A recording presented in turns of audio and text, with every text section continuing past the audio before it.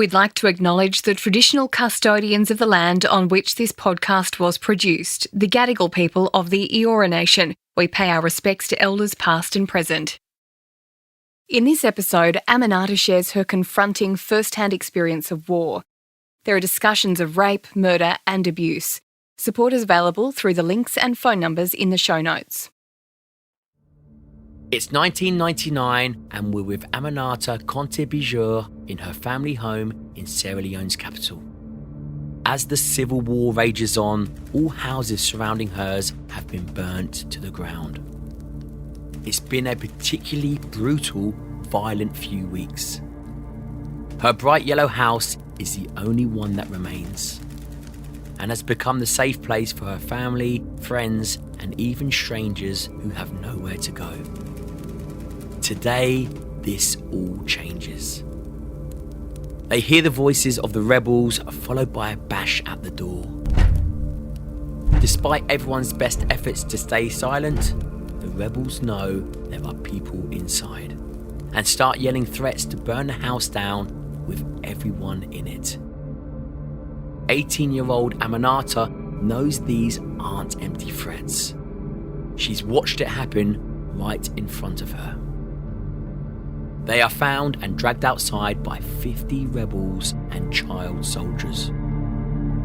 Aminata clutches onto her father's hand.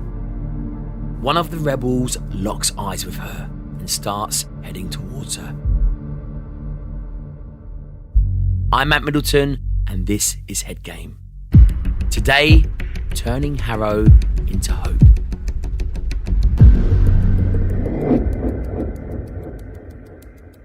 Thank you ever so much for joining me.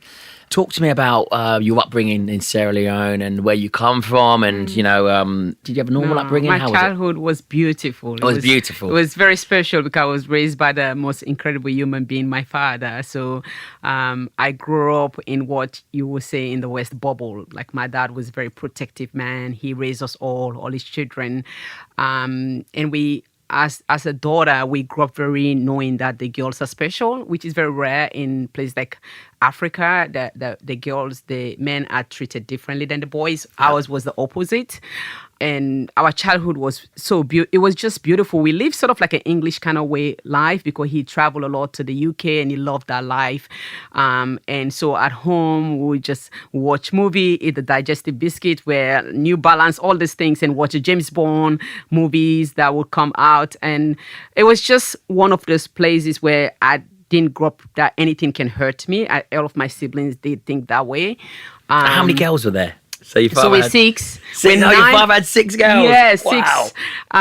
And I have my 2 older sisters who went to the UK in 1980, just before I was born, in 1980.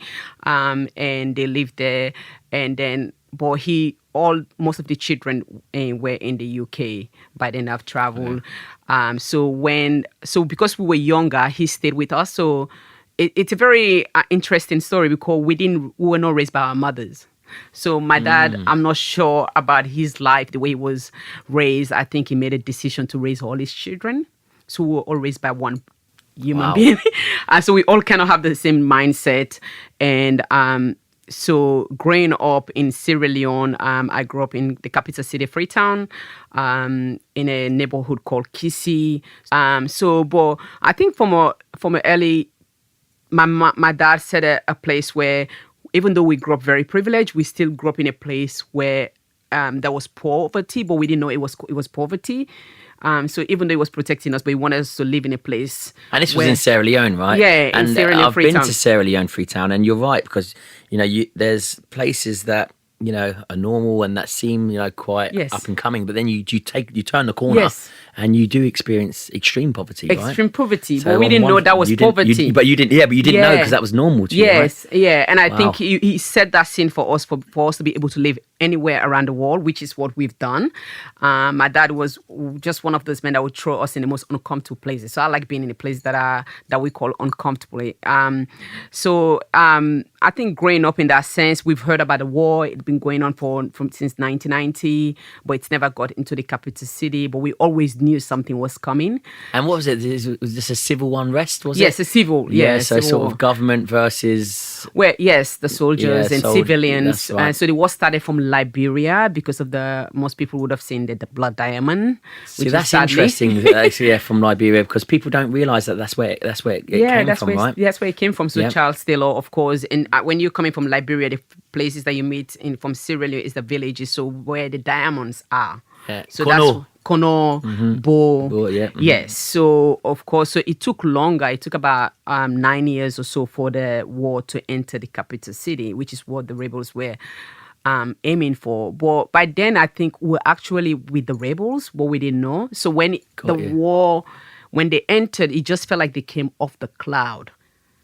As soon as we hear the sound, I remember it was school time, and we hear the sound, and we just knew. So since 1990, you know it's happening. You hear about it, but it's a very distant thing. You don't believe that it's real. Well, it was not really distant because we saw that part of the war, the kind of signature thing that was happening, they were amputating long sleeve and short sleeve and all that. So we saw refugees flying from Liberia and from the rural area to the city. Into Freetown. Yes, and we knew what would happen to young girls. So the story was kind of very close to our heart. Like we knew what was happening. Did you ever think it would come to Freetown, or did you think that Freetown was just quite a stronghold? I think after a long time, we didn't think that it would, but then we did. But like you said, that cloud. Yes, and we thought because every time they come a little bit closer, the government will push back. Yeah.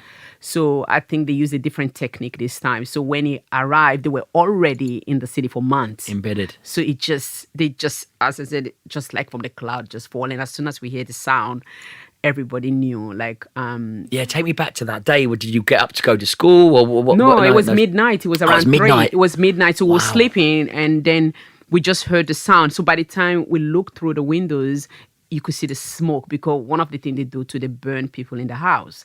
So everything was cloud and like smoke all around. So you can see people, you can hear people screaming.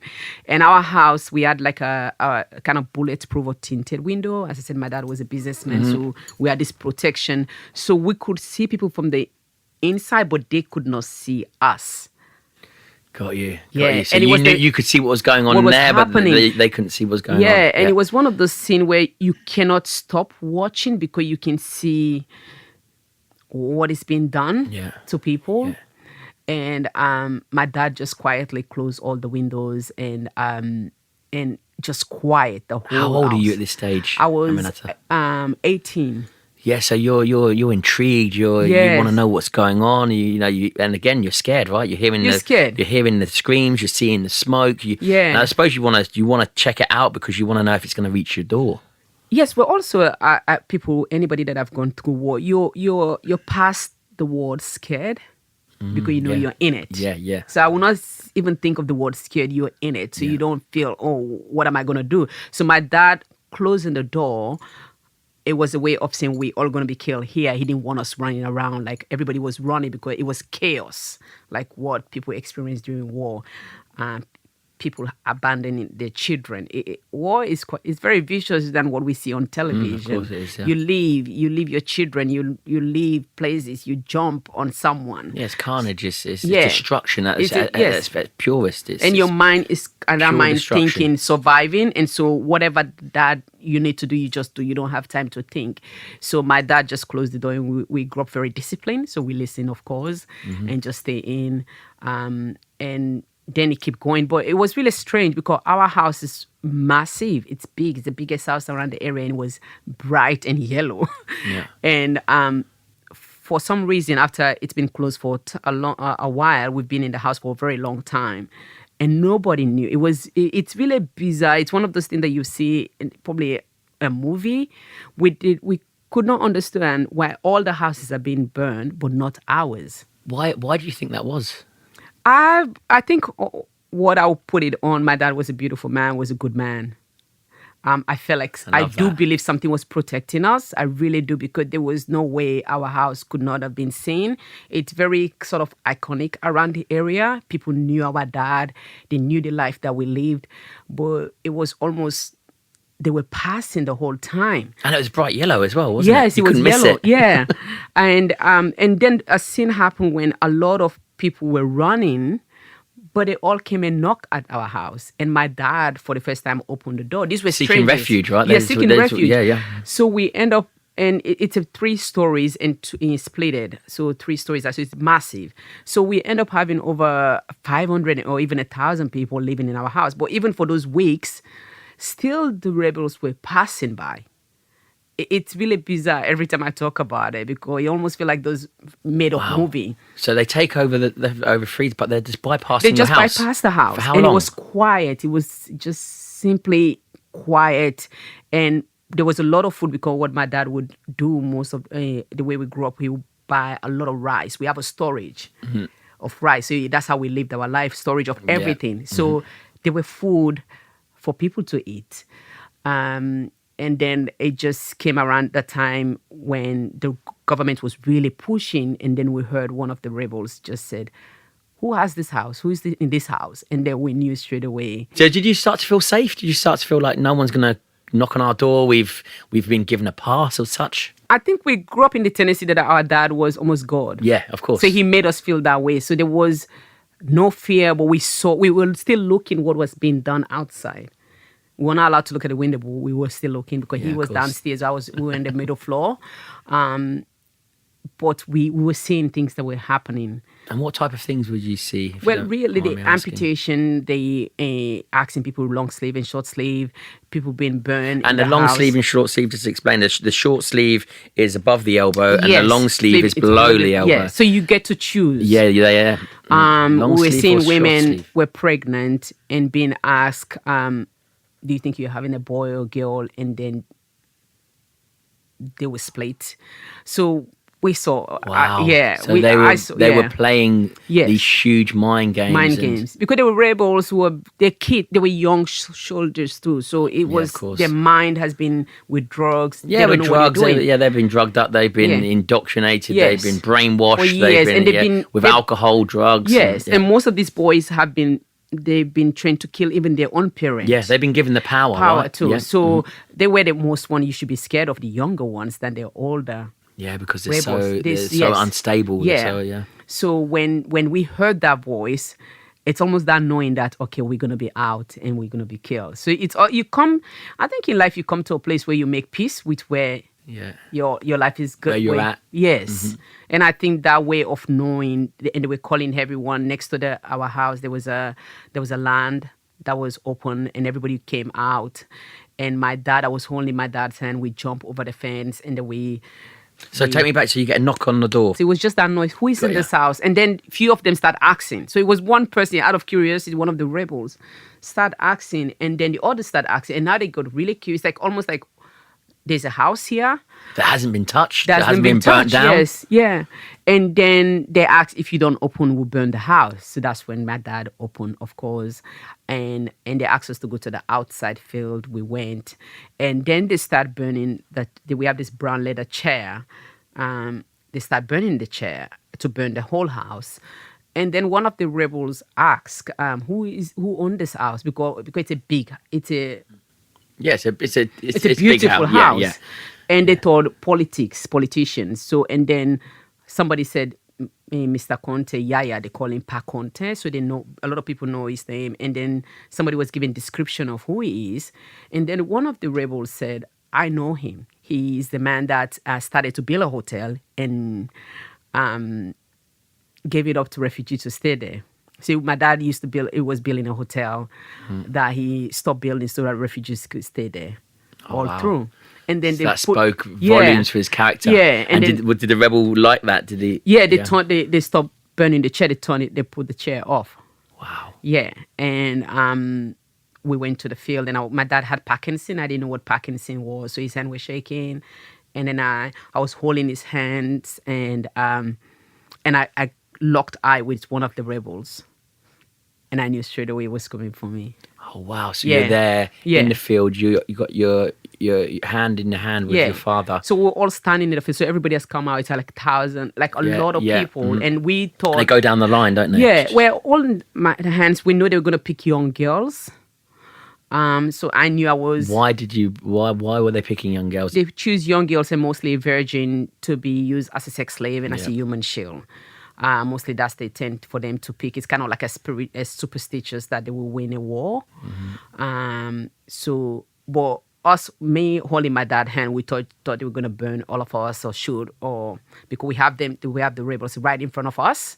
So I was just standing there and just ready to go with him. But as soon as one of the rebels looked at me, you knew. I knew. I just knew it was this possession of look. And when as soon as he altered the word, you come, he looked at me, you come here, I let go of my dad's hand.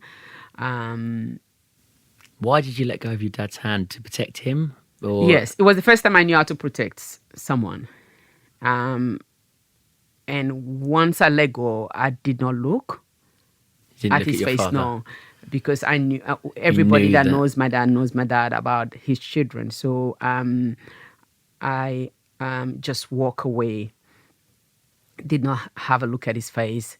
And that's pure protection. Luckily, the guy that took me walk away, because normally he had 4 girls, other girls that were standing waiting for him. So he had 4 girls that he had kidnapped. So I joined that group and then he walked away with me. And you don't look back? No, I never look back. I still try to picture, even now most of the time when I share my story, to see what position he would have been. And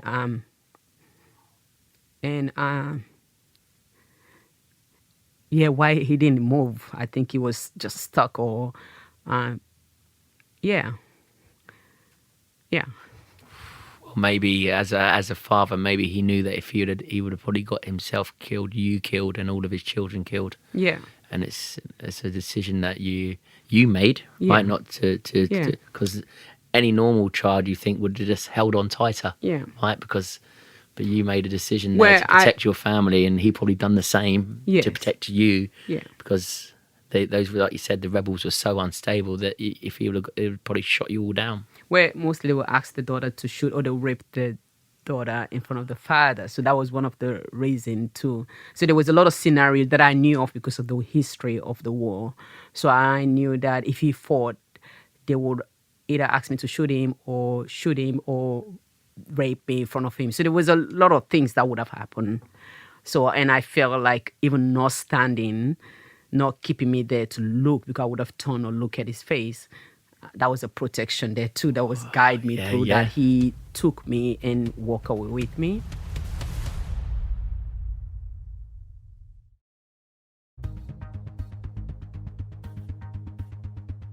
What happens next? I still don't remember how long I was kidnapped for. We start walking up the hills because, Sierra Leone, it's called Lion Mountain because of the hills. We start walking up. And again, it's that acceptance. This is it. This is life, because there were bombs going on. There were a lot of things going on. It was very intense time because the government was really pushing back.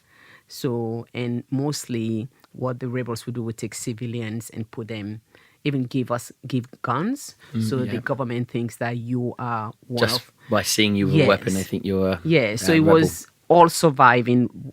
We had to go up the bush and we had to change our clothes to camouflage with the green. So if you wear something white or something bright, they will shoot you. So we have to wear something green or dark. So if there's a helicopter, then they don't see where we're going. So, but all those things that you don't grow up with, you just instantly learn to do. Wow. And because there's dead body next to you, there's somebody just being shot. So you don't have a second to think. You don't have a time to think. So you've been ripped away from your family home. You've been ripped away from your hero, your dad. What's going through your mind? Is it obviously the first bit was protection? Just get me out of here. Just so you're taking the attention away from your dad really and your family. When you're walking up, how does your life flip on its head all of a sudden? The realization of, where you're sleeping, where you're living. Just put it in our heads where the first time that we took, so the girls that it was really incredible. The girls that he had kidnapped, these are girls that I knew from school, but we're not friends. yeah. So we didn't start moving right away. We had to settle in a house up the hill. That night is when he started, like, the rebel that kidnapped me, Darami, that was his name, start calling each girl in the room, and sort of raping each girl, as he called them in the room, Including yourself. Yes. So I know for sure most of the girls, I could hear the voice. So you just know when it's your turn. So I was brutally. My first experience was between 5 or 6 men, because after he called some of his crew, and then just woke up being fainted. And then as soon as that finished, you start running again. So you don't have time to think. You start. So as soon as that scene finished, he knew straight away. So that's when his obsession became, because then I hadn't been, was my first experience. Yeah. So he became really possessed. He didn't want the others anymore. So he became really, really possessed. But what was also interesting, I had my brother, Aliyu, who was very protective of me, saw that Darami had took me. So he was following me little by little, like hiding. So your brother was, he was tracking you. Yeah.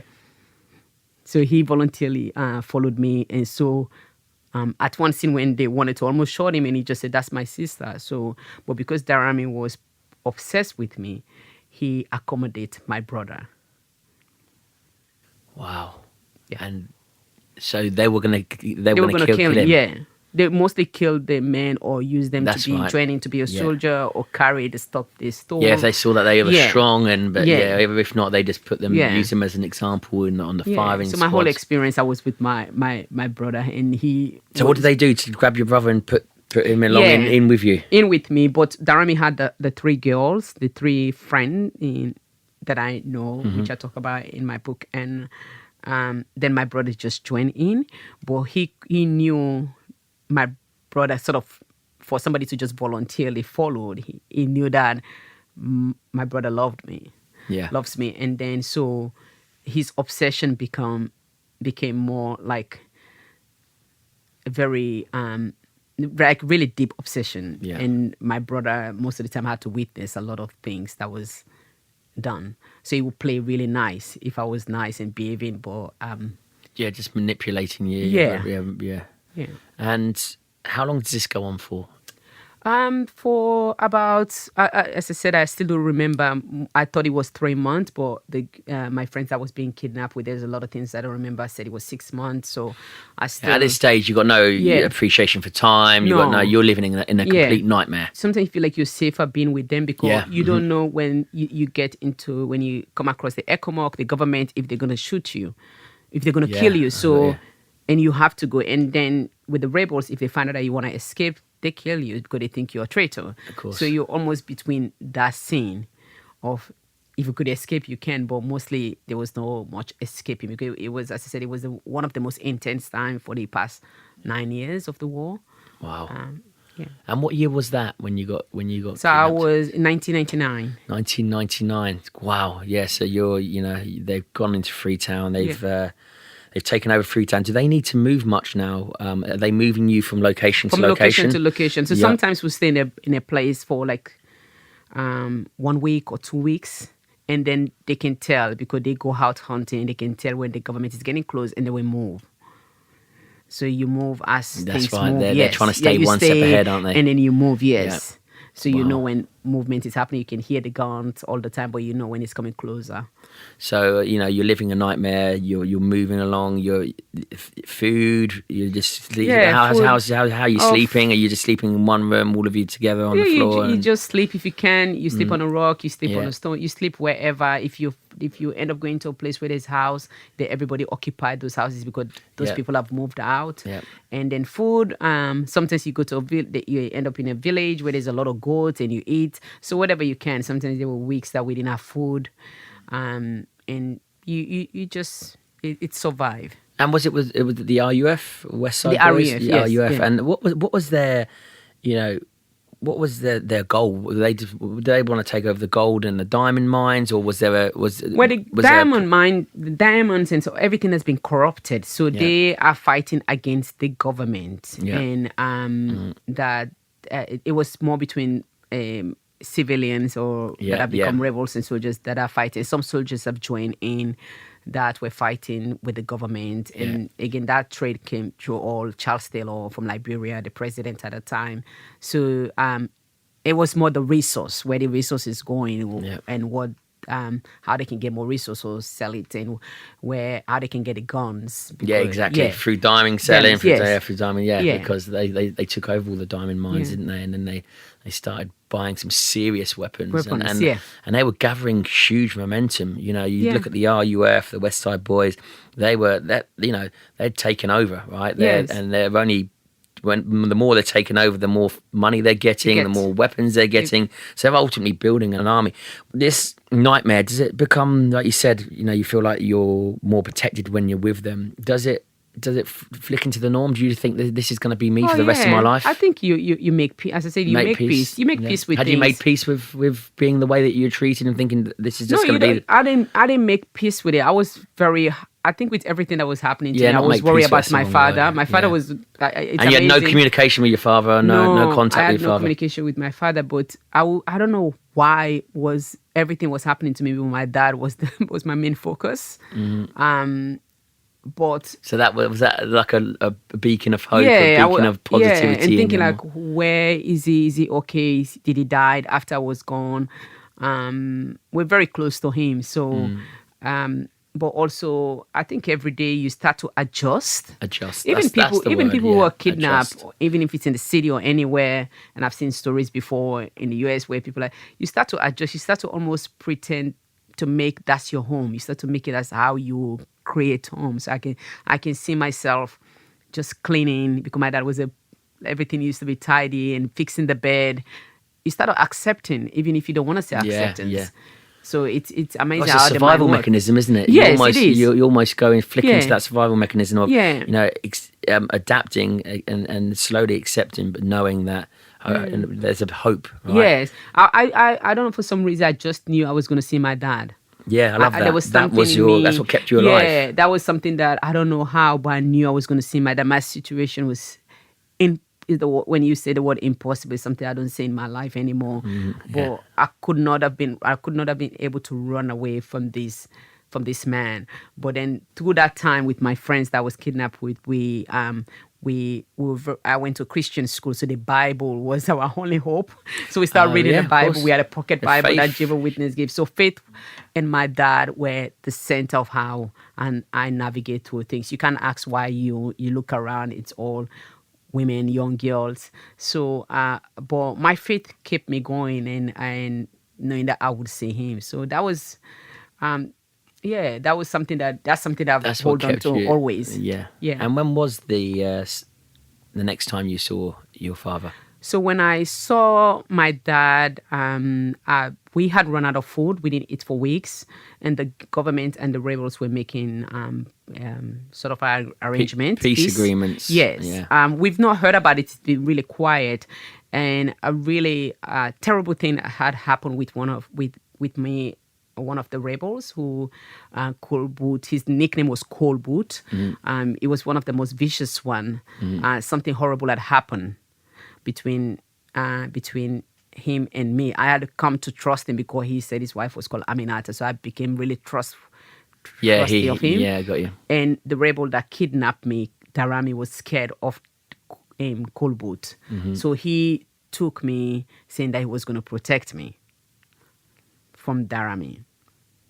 But then something really horrible happened between us at night. But I could tell, I felt safe with him, but there was a time, because I have not really fully developed. Even though I was 18, I had not fully developed. But I could tell there was a time when he looked at me, and I knew it was not a look of protection. Yeah, it's like when you knew that look when you were in the field and you locked eyes, and when he dragged you, that you had that. I had that sense. I'm like, I knew that was a predator kind of look. So something horrible happened between me and him, and it's really incredible how even the most evil people can feel guilt. Yeah. He felt that he took something.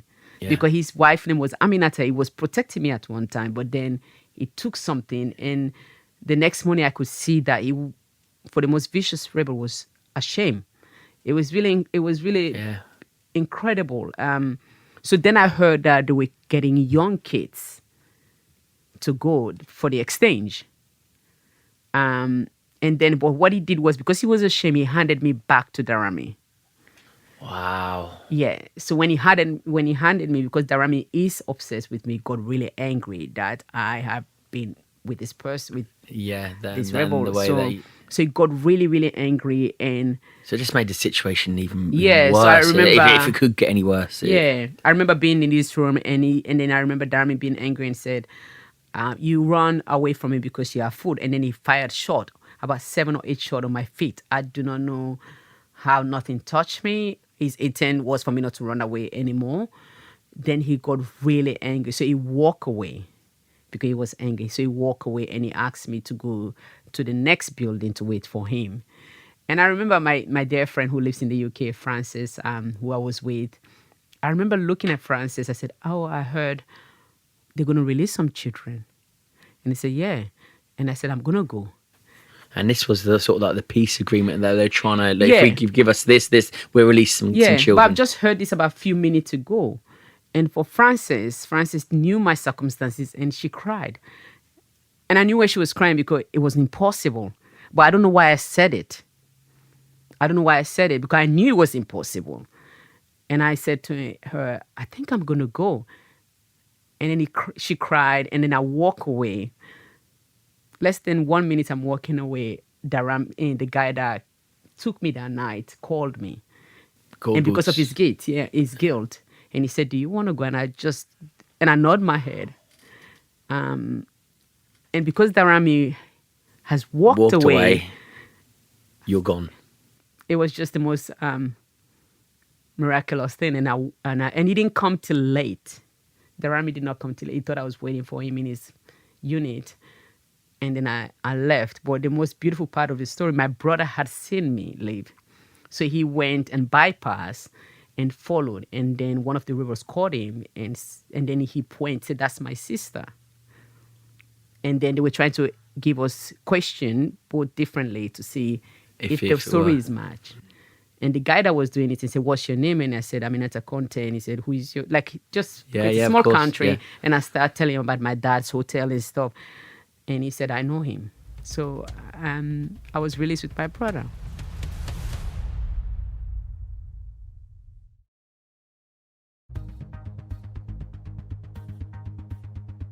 I love the story of your brother. So he's got a constant eye on you. Yeah, he was. He's everywhere. Was always watching, he's going forward, probably protecting you. Yeah. Wow. So the rebel let you where and your they brother gave go? us to a group of rebels, so they had to do an exchange. It's one of those scenes that you see in a movie. We were in the middle of the street. It was the first time they were doing an exchange, and there had to be no gunfire. So, and we had to walk towards the government, and then they released some food and medication. It was peaceful, and they took us to the capital city, and there were thousands of parents just wishing their child can be among those 17 or 21 children. And everybody was just in the street in Freetown, just celebrating. It was almost unreal. I don't sometimes think it's real. And they took us to the government, where the soldiers are, the camp. So my father found out I was alive on television, because what had happened, the rebels gave me the letter to give to the government about the demands. So I had to be on TV. And so that's when my friends and my dad found out I was on television, because everybody was watching it. Everybody was with their neighbors. So they lined up all the girls, all the children that was being released, and my brother was with me. And and then we had to return home. My dad was just not the same. He was really he was the only person that had 2 children that was released. But he was never the same. He was gone. And and I could just hear him softly crying, and then he just starts just like breaking up. He didn't know how to celebrate. He knew something had been taken, and he felt like he's failed. And it's the most painful part in my story, not what was done to me. Seeing this strong man that you once left, just a shadow of himself. Yeah. Such a... Wow, I'm getting emotional as well, because it's...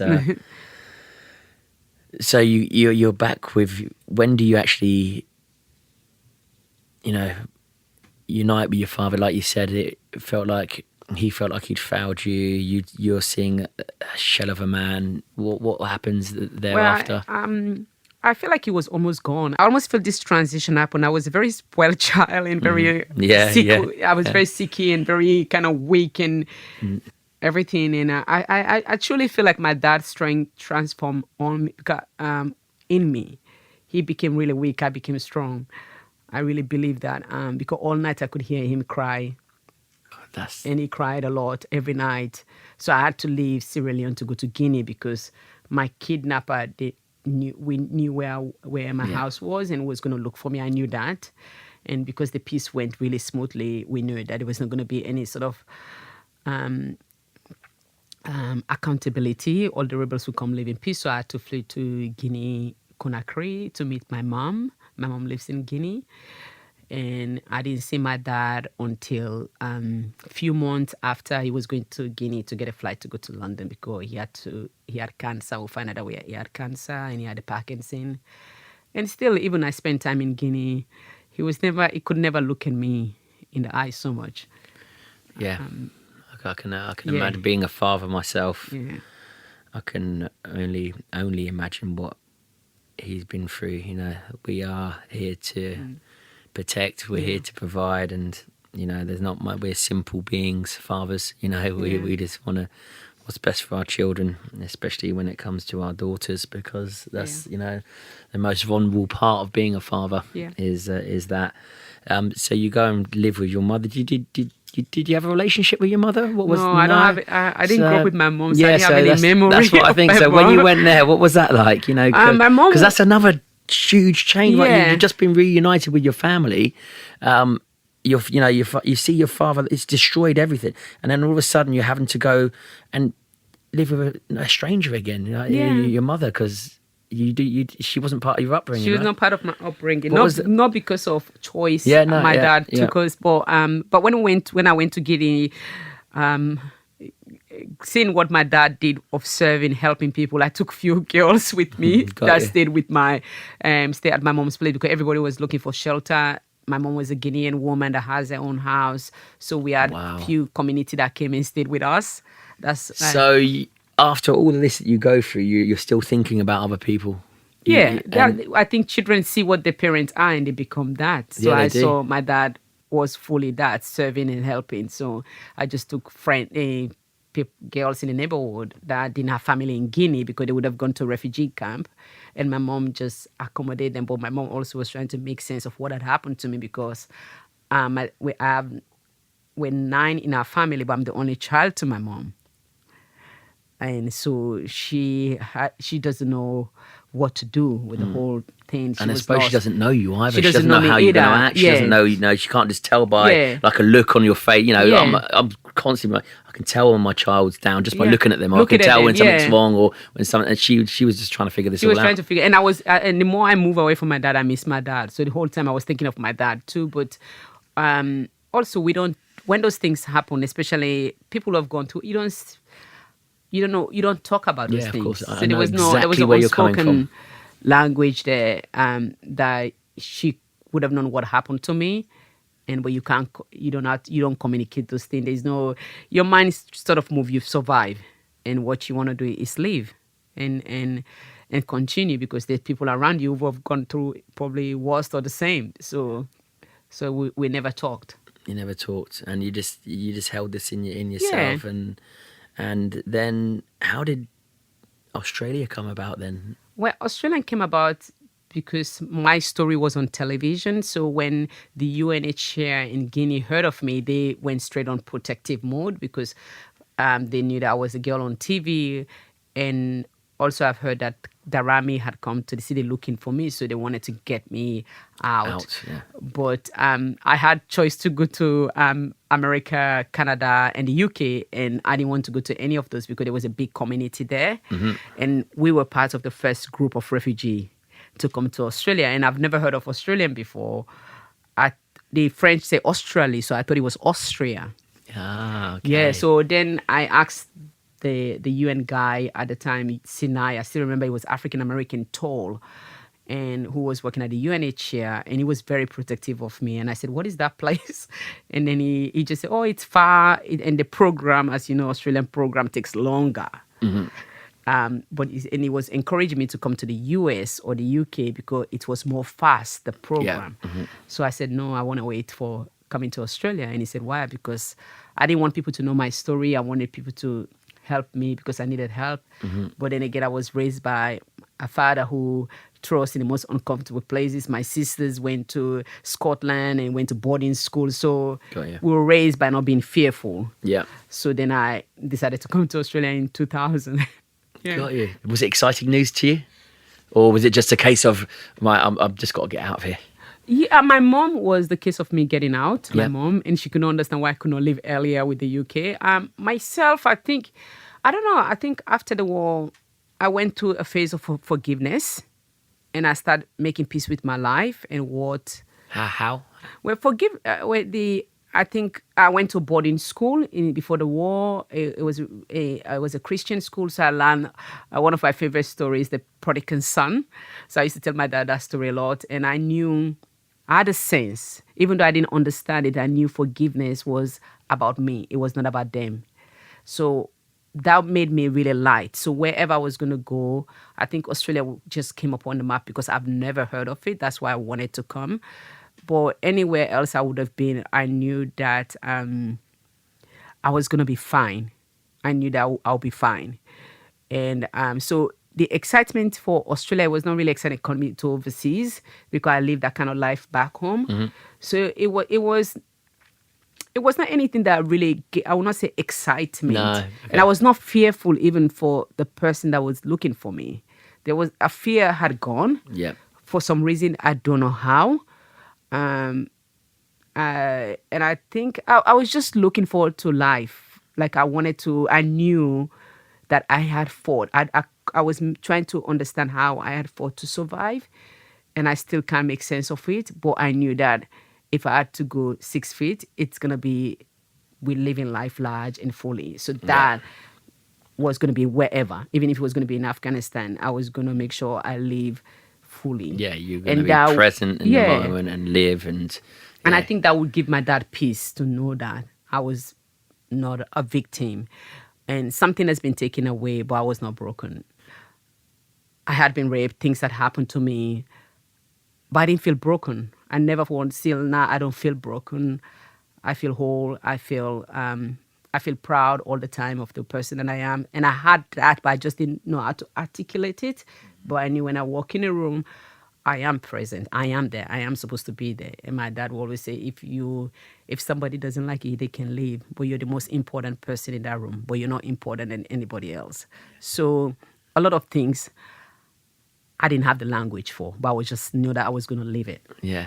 But so, you knew what you want, how you wanted to I knew how I wanted to show up. Or how you wanted to, you wanted to, and you've done that through you, right? Yeah. Through your actions. Yeah. And when was the last time you saw your father?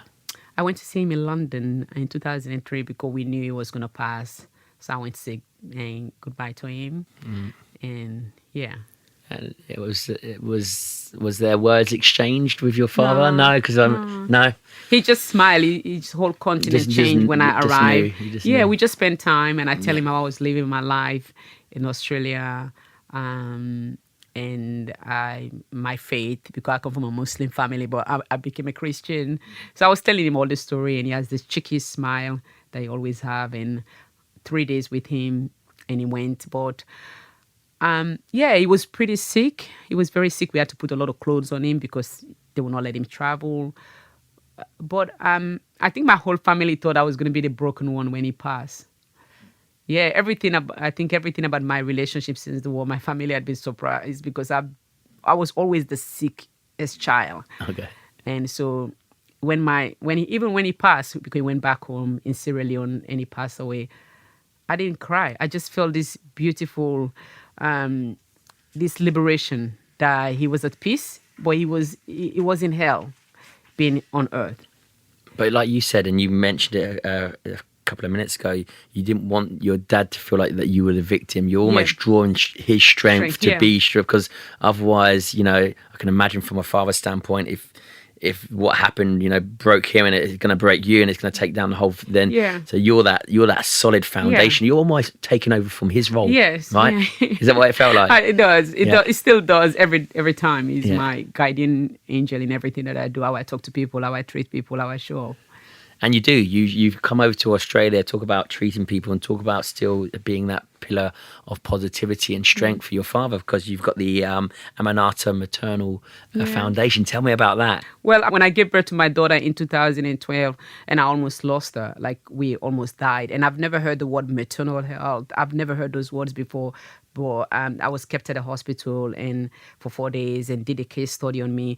And it was very interesting. The doctors were talking not to me, but they were talking about me. So I was picking up the words they were saying. 4 days later, I went home and Googled maternal health and Sierra Leone come up.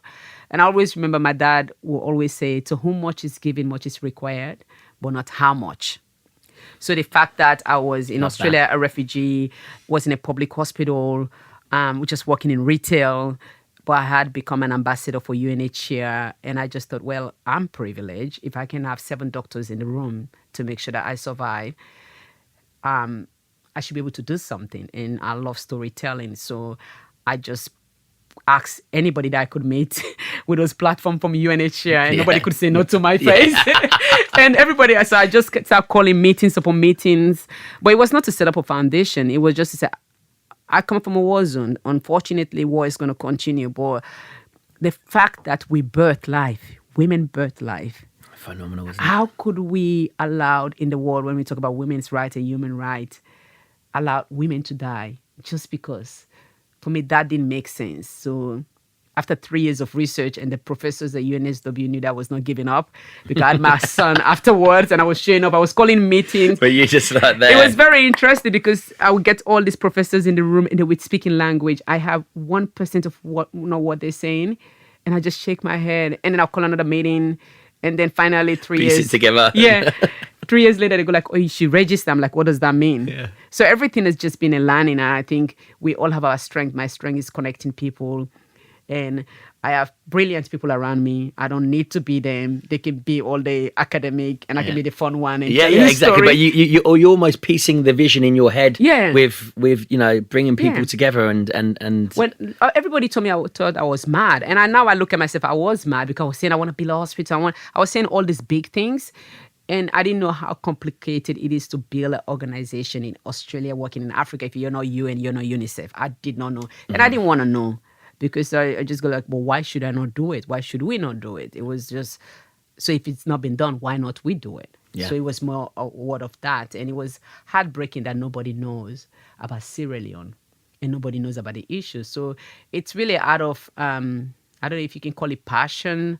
And the idea of serving, I always wanted to serve. Yeah. That was also anything that I was going to do in this world, even the way I show up for my friends, my kids, we're here, whether we want to agree or not. We're serving each other. Mm-hmm. It's not about being liked. Yeah. So for me... And that's the only way we're going to progress in life. That's the only way. We need each other. Yeah. And when I look back what I've done already, and sometimes I marvel at it. We just came back from Sierra Leone. I look at myself, I'm like, oh my gosh. And the saddest part, imagine if I didn't do it. Yeah. And I look at like I've done, what we've done with the foundation. They miss out on people.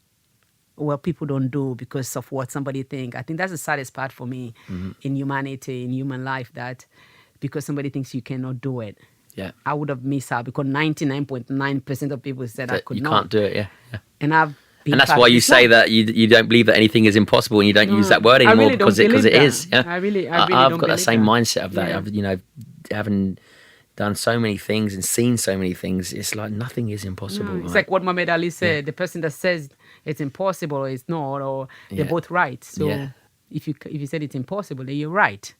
Absolutely, You know, absolutely. so- And how's the foundation going? Is it It's going from going- strength to strength? It's going from strength to strength. It is. It's a lot of joy. I get more than I give, to be honest. But it is difficult because Australia is so far off Africa. Like Yeah, you're in the UK, you're in Europe, you're in the US. Yes, but That's the problem. Yeah. Aussies are so bloody far away. it's so far. So the more further they are, the more they lack interest. Like this morning, I had a meeting with a university in the US that heard of me and they traced me. I would never have that in Australia. Yeah. So it is difficult for that, but I think my mission is to make sure I change that. And I have to do that gradually and patiently and ask for grace. But at the same time, I have to be realistic that women are dying. 1 in 17 women and children are dying. Is that how high it is? It's the highest in the world. It's the most dangerous place for any woman to give birth, even worse than refugee camp. And if it's organization like myself, like Aminata Maternal Foundation with one staff, can do what we've done. Imagine if we have 1% of Australia just jumping on board. We've done incredible work, but I also have to be realistic that as much as I'm being patient, I have to open to international aid to do what we're doing, because in Sydney alone, or in Australia alone, I'm the only organization that I know of is working in Africa in maternal health. And this is different, of course, from the UK. I'm the only Black person that has founded, African person that has founded and run a non-for-profit.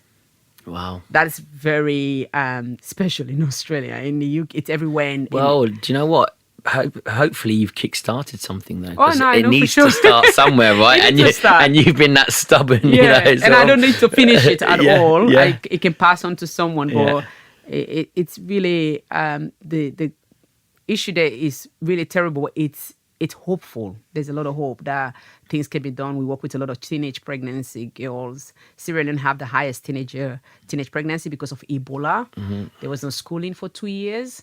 So and that was the first pandemic. You Yes. know, a lot of people say that, there was a COVID was a but Ebola was a pandemic because everything got shut down there. Ebola was vicious. You couldn't. Yeah, it was not vicious. close to go. No, It was no, vicious. vicious. Yeah. yeah. I was stuck out in Sierra Leone during you said. during the Oh. Ebola pandemic, and it was totally different to what I experienced with the COVID pandemic. But what I love about you is you use your life experience in such a positive way. And I know that your father's sitting here, right? I can see you, right? Always. And I know it's because of him that you're like that. But that takes a certain mindset. How do you stay so positive? Do you cut things out or you just, right, I'm living life. I'm just grateful to be here. I've got my guardian angel on my shoulder, which is my father, and I'm just gonna push on and do good for other people, because to be as selfless as you are with what you've been through, that is phenomenal. It's inspirational. What goes on in your mind on a day-to-day What goes basis? on in my mind? I think I've come to accept that acceptance. To be honest, like life is never going to be perfect. Every single person, even if you have all the money in the world, there is something that's happening. It's not anything personal. Life will continue to happen. And that's a acceptance for, I think in the West it's very different to, we have this illusion that things have to go this way. If you have cancer, that means you did something. It's just understanding that this is life that we live, things will happen. And then making a decision that while it's happening, while things are happening, what are things that you can focus your mind? So if I have a situation going with work, I spend 90% of my time where the solution is, or what is happening, and then what is not happening, because I do not have a control. Yeah, and exactly. I always You don't have find, control. I always find that when I'm focused on that, this is actually happening. Like life is making it happen. Yeah. So there's certain ways that I've worked my mind. If I'm going through things, my husband is the person I tell only after I've overcome it. Yeah. Because he's the person that wants to protect me. And I actually talk to my kids a lot since they were babies, even in the back seat. I would tell my kids, "Oh, I'm mad. This happened." And so my daughter and my son, 12 years old and 10, I talk to them a lot, and kids are just brilliant in how they can come up with things. So adaptable, so versatile, aren't they? They're just like, yeah. And when there's a situation going, I find instead of blaming, I'll say, okay, what role did I play? Because it doesn't matter how much that hurt me, I would have contributed for something to have. So there are a lot of techniques that I do that have become a lifestyle for me. I just don't dwell on the things I cannot change. I really don't dwell. I don't forget it, but I find that I work itself out. Wow. Yeah. Well, let's finish on your book, Rising Heart. Tell me about it. You've kindly bought me a signed copy, which I'm going to dive into on my journey back to home. Rising Heart. Why did you write it? And tell me what it's about briefly. Well, it is about a story that I've talked about, my life and the way I was brought up. And the reason why I wrote it was because I wanted to people to understand how African grew up. Being in Australia, being asked poverty, all the other questions, asked about my dad, my grandfather, things that I learned, my brother. So it was for that reason. But also, most importantly, I knew that my country has been forgotten. And I felt like the way I was raised was a preparation for me to be able to tell my story with no shame, no guilt. Mm-hmm. And I talked about my story because it's mine.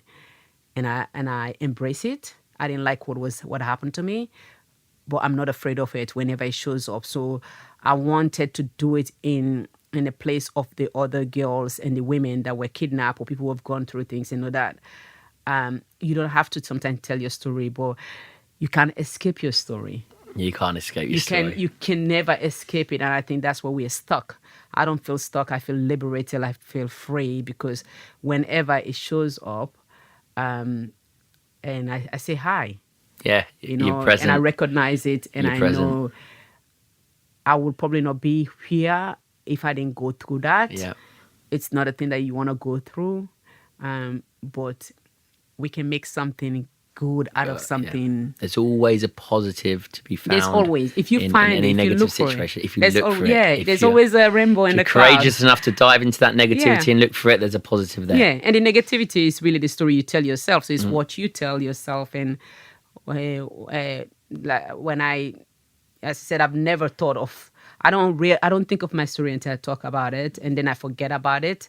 But wherever I am with my story, and my kids will know my story. But it's a story of millions of girls, and it can liberate because a lot of people reach out to me and say thank you for sharing. But I didn't want it to be just about what happened to me. I want it to be about my childhood. I want to talk about my dad, the father figure, the importance of fatherhood, because I truly believe that if we stayed with our daughters or even our sons, like they can be a better leaders person, in the world because we need it more than ever. 100%. So there was a lot of pieces. So you got a refugee part, you get a upbringing part, and you get a hopeful part, and joy, and courage and grace. At the end of all of it, we've got hope and joy, and you get joy, not happiness, joy. Rising Hearts, right? Yes. Right. Go out there and read it because people are going to get the general story from this podcast, but if you want to go into details, go and grab Rising Heart, and best of luck with that. Thank you so much. I wish you nothing but hope and joy. Thank you. Thank you so much for joining me on Head Game. To find out more and support the Aminata Maternal Foundation, head to AminataMaternalFoundation.org. I'll also link the details in the show notes. I'm Matt Middleton. Catch you again next time.